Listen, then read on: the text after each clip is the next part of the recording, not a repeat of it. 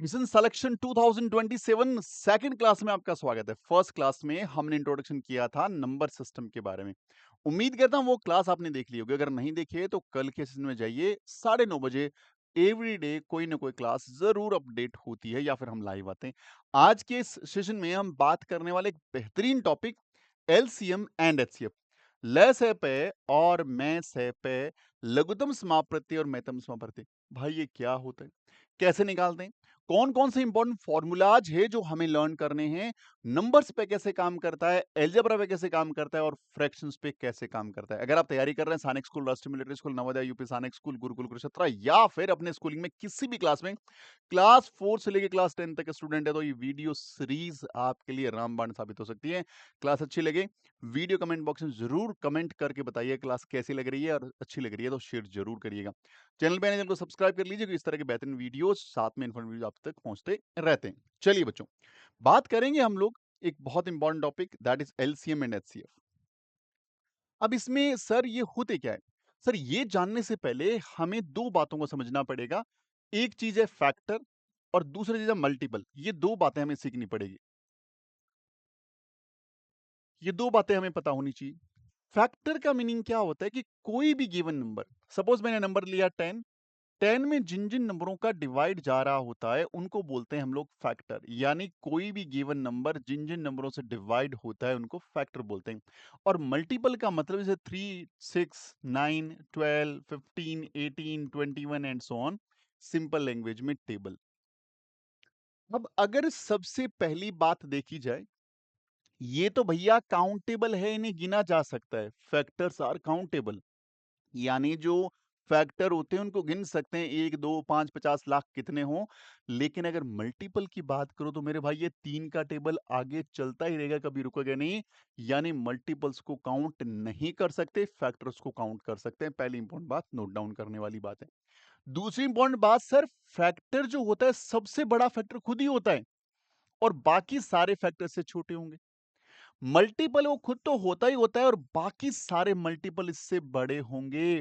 Factors given number के बराबर या उससे छोटे होते हैं, मल्टीपल गिवन नंबर के बराबर और उससे बड़े होते हैं।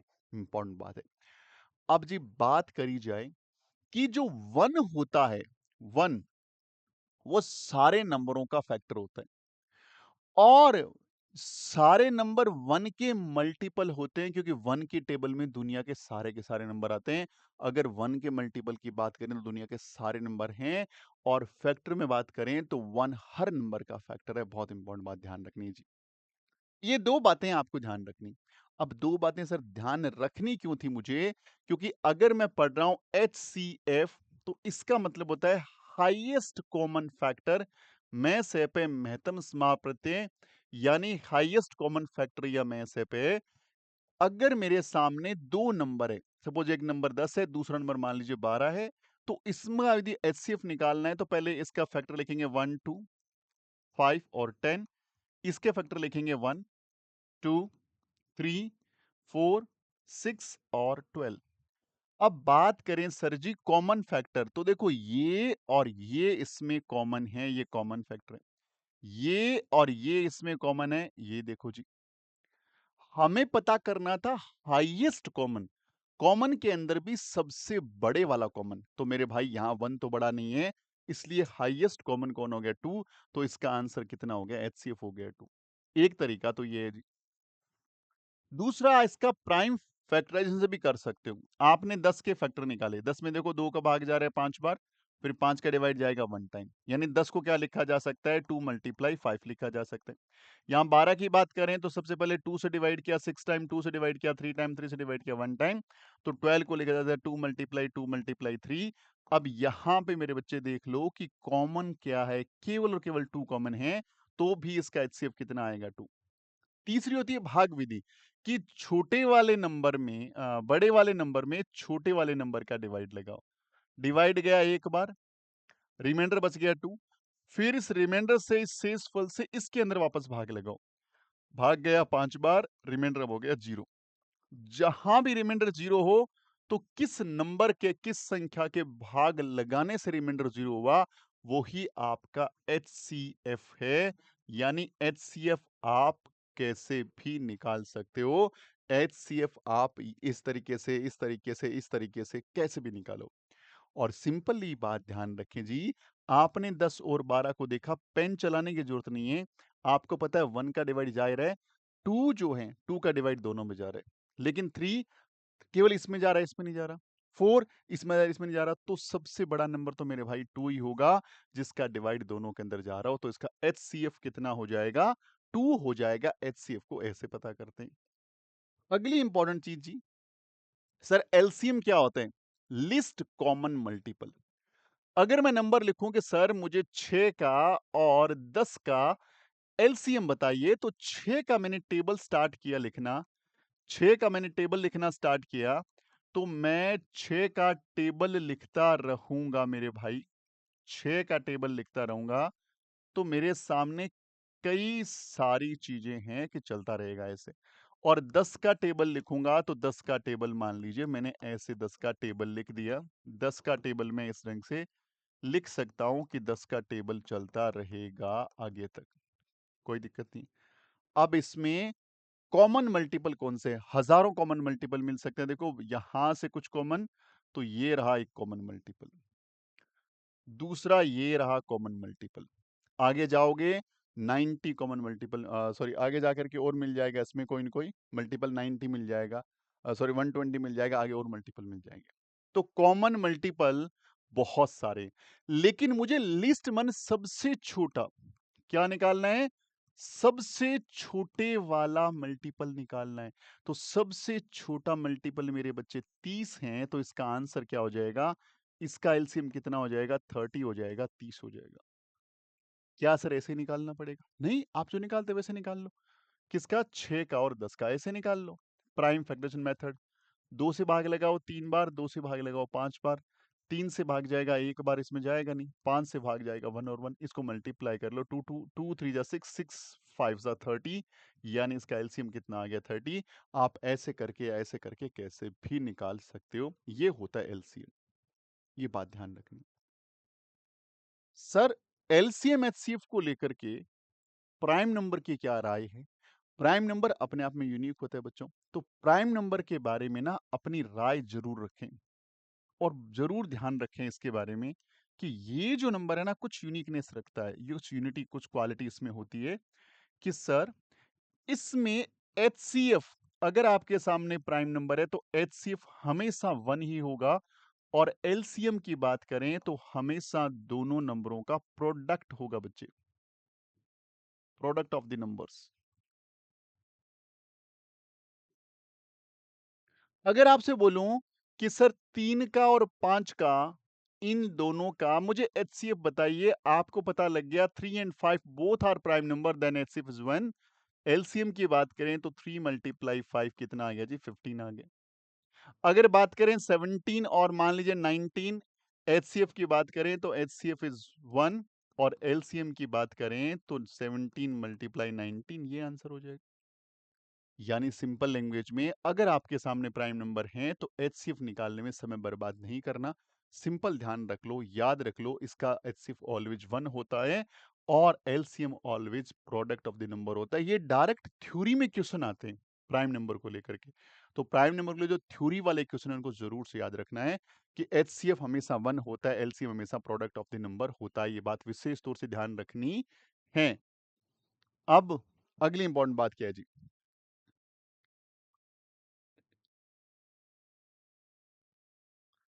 अगली इंपॉर्टेंट बात क्या है? अब बात करते हैं जी हम लोग फ्रैक्शन की। किसकी बात करते हैं? फ्रैक्शन की। फ्रैक्शन क्या होते हैं? पी बाई क्यू, यानी न्यूमरेटर बाय डिनोमिनेटर एक फ्रैक्शन होता है। हाँ जी सर, कोई दिक्कत नहीं। अब अगर आपको फ्रैक्शन के अंदर, अगर आपको फ्रैक्शन के अंदर एलसीएम एचसीएफ निकालना हो बच्चे, तो बहुत अच्छे से ध्यान रखना है कि फ्रैक्शन वाले नंबरों में अगर आपको एलसीएम निकालना है तो याद कर लो, एलसीएम ऑफ न्यूमरेटर और एचसीएफ ऑफ डिनोमिनेटर, ये फ्रैक्शन की जो कहानी है। एग्जांपल लें, 5/7 और 11 बाय मान लीजिए 14 है। अगर मुझे इसका एलसीएम निकालना है तो 5 और 11 का तो मुझे लेना होगा एलसीएम और 7 और 14 का मुझे लेना होगा एचसीएफ। याद रखना बच्चों, ऊपर जितने भी न्यूमरेटर्स हैं उनका एलसीएम, नीचे वालों का एचसीएफ। एलसीएम लेंगे, दोनों प्राइम नंबर है, सीधी सीधी बात है, ये होगा एचसीएफ, इसका 2 आता है, इसका आंसर हो जाएगा 55/2। अगर मुझे फ्रैक्शंस का एचसीएफ निकालना हो तो फॉर्मेट याद रखना है, न्यूमरेटर का क्या निकाल दीजिए जी एचसीएफ और डिनोमिनेटर का निकाल दीजिए जी एलसीएम। एग्जाम्पल 4, मान लीजिए 12/17 है और ऊपर 11/13 है, 11 बाय मान लीजिए 3 है।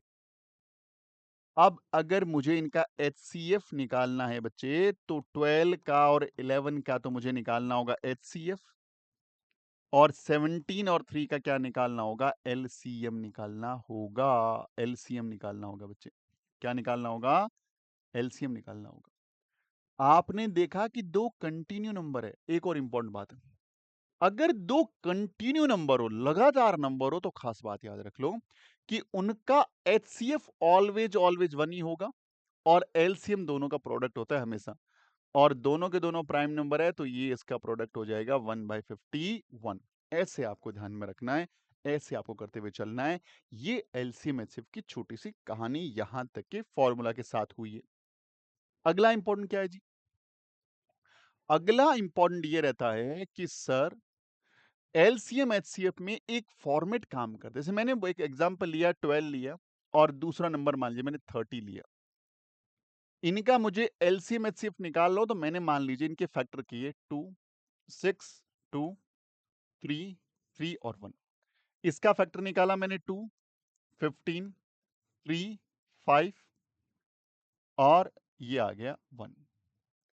अगर मुझे 12 के मान लीजिए फैक्टर लिखता हूं 2 मल्टीप्लाई 2 मल्टीप्लाई 3 और 30 के फैक्टर लिखता हूं 2 मल्टीप्लाई 3 मल्टीप्लाई 5। अगर मुझे एचसीएफ निकालना है तो मुझे इसमें हाईएस्ट कॉमन फैक्टर देखना है।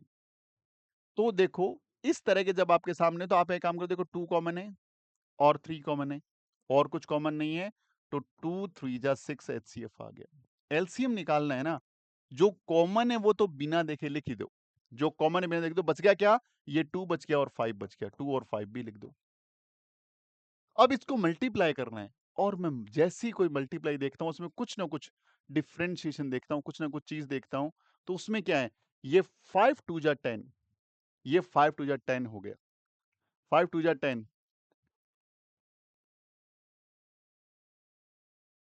5 2 जा 10 हो गया जी, और 3 2 जा 6, ये आंसर आ गया 60।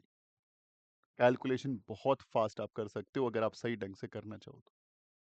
अब मैं जो फॉर्मूला सिखाना चाह रहा था वो होता है HCF multiply by LCM is equals to first number multiply by second number. HCF कितना है जी 6, एलसीएम कितना है 60। फर्स्ट नंबर कितना है जी 12, सेकंड नंबर कितना है जी 30। 6 6 जा 36, आगे जीरो लगा दो, 12 3 जा 36, जीरो लगा दो, दोनों देखो हमेशा इक्वल होंगे। तो ये फॉर्मूला हमेशा याद रखें, बहुत ज्यादा काम का फॉर्मूला है और एग्जाम ओरिएंटेड फॉर्मूला है, हर जगह लगभग ये काम आता है। बहुत अच्छे ढंग से देखने वाला ये फॉर्मूला है, बहुत अच्छे ढंग से समझते हो आपको चलना है जी, बहुत इंपॉर्टेंट है। ये तो बात होगी नंबर्स की, है ना, नंबर्स की बात होगी कि हाँ ये नंबर्स में हमें इस ढंग से लेके चलना है। अगर आपके सामने कुछ वेरिएबल्स आ जाए और उनके बारे में, जैसे मान लीजिए क्वेश्चन आया आपके सामने कि ए स्क्वायर बी स्क्वायर सीपी और ए बी की पावर 4 सी की पावर 2 पी और ए बी की पावर 9 सी की पावर 3 और पी की पावर 4 क्यू और ए की पावर 6 बी सी। अब यदि इस तरह के क्वेश्चन आए, ये कॉमा से ध्यान रखना बच्चों, ये अलग अलग नंबर्स हैं, ये ये ये और ये अलग नंबर। अगर आपसे बोला जाए कि एचसीएफ निकालो और एलसीएम निकालो, तो बहुत ही ज़्यादा आसान और ईज़ी अप्रोच पकड़ना है। हाईएस्ट कॉमन, तो पहले देखो कॉमन क्या है? ए यहाँ पर है, ए यहाँ पर है, ए यहाँ पर है, ए यहाँ पर है। तो ए को ले लो जी। बी है यहाँ पे, बी है यहाँ पे, बी है यहाँ पे, बी को ले लो जी। सी है, सी है, सी है, सब में सी है, सी को ले लो जी। पी यहाँ पर है, पी यहाँ पर है, पी यहाँ पर है, पी यहाँ नहीं है, नहीं लिखना। क्यू यहाँ पे दिख रहा है, यहाँ पे नहीं है, नहीं लिखना। अल्टीमेटली बच्चों सिर्फ जो कॉमन है वही लिखना है। तो सर पावर का एचसीएफ में पावर हमेशा लोवेस्ट लेनी है। ए की पावर 2, ए की पावर 1, ए की पावर 1, ए की पावर 6, तो ए की पावर 1 यहां पे आएगा एचसीएफ में। बी की बात करें तो बी की पावर 2, बी की पावर 4, बी की पावर 9 और बी की पावर 1, तो बी की पावर 1 ही कॉमन आएगा। सी की पावर 1, सी की पावर 2, सी की पावर 3, सी की पावर 1, तो सी की पावर भी 1 आया। अल्टीमेटली ए बी सी इसका एल एचसीएफ आएगा। अगर एलसीएम की बात करें तो जो कॉमन है बच्चे ए बी सी तो लिखना ही लिखना है। अब क्या बच गया? पी बच गया, वो भी लिख दो। और क्या बच गया? क्यू बच गया, वो लिख दो। पहले तो सारे के सारे वेरिएबल आएंगे। अब आप लोगों को हर एक नंबर के पास जाना है और देखना है हाईएस्ट पावर। ए की हाईएस्ट पावर 2, 1, 1 और 6, तो 6 आ गए। बी की 2, 4, 9 और 1, तो 9 आ गया। सी की पावर 1, 2, 3, तो 3 आ गया। पी है, पी है, पी की पावर 4 आ गया और क्यू एक बार है, तो ये इसका एलसीएम निकालते। बहुत ज्यादा आसान है।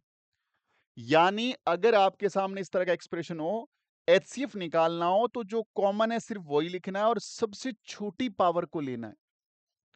और अगर यहां पे एलसीएम निकालना हो, तो आपको सारे के सारे वेरिएबल्स, जितने वेरिएबल दिख रहे हैं सब के सब लेने हैं। ऐसा नहीं जो कॉमन लेना है, सबको लेना है और सबसे बड़ी पावर को लेना है। ये हो जाएगा एलसीएम। तो आई थिंक कि ये यदि अलजेब्रा में ऐसा क्वेश्चन आएगा तो आप लोग उसको बहुत ही बेहतरीन ढंग से कर लोगे, कहीं कोई दिक्कत उसमें आने वाली बच्चे है नहीं। बहुत अच्छी बात है जी। अब सर क्वेश्चन कैसे इसमें जनरली आते हैं?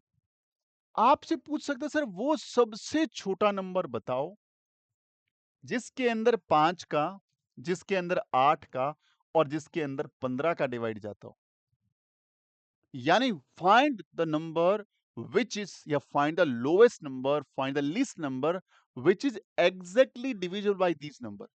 भाई वो सबसे छोटा नंबर निकालना है, तो अल्टीमेटली बात कर रहा हूं मैं किसकी? एक ढंग से एलसीएम की बात ही तो कर रहा हूं मैं। एलसीएम ही तो निकालना है, एलसीएम ही तो निकालना है। तो ये इस ढंग से एलसीएम का एप्लीकेशन हो गया। अगर आपसे इस ढंग से बोला जाए कि सर मेरे पास है ना 20 लीटर लिक्विड है एक कंटेनर में, एक कंटेनर के अंदर मेरे 22 लीटर लिक्विड है, एक मेरे पास 30 लीटर लिक्विड है। ये लिक्विड है मेरे पास, द्रव है, किसी भी कंटेनर में, किसी भी जग में, मग में, बाल्टी में बोल सकते हैं। और आपसे बोला जाए कि मुझे एक ऐसा कंटेनर परचेज करना है, एक कंटेनर परचेज करना चाह रहा हूं और उससे मैं इनको लिक्विड को मेजर करूंगा, उससे लिक्विड को मेजर करूंगा। अब कंडीशन दो है यहां पे। एक तो वो सबसे बड़ा कंटेनर हो, नंबर वन, कंटेनर का साइज सबसे बड़ा हो। मैं 1-1 लीटर का भी ला सकता हूं, सब मेजर हो जाएगा, लेकिन कंटेनर का सबसे बड़ा साइज। और जब मेजर करूं तो ये सब में इक्वली मेजर हो जाए, मतलब किसी में दूध बचना या लिक्विड बचना नहीं चाहिए। तो इस तरह के क्वेश्चंस में हमें एचसीएफ निकालना होता है बच्चे।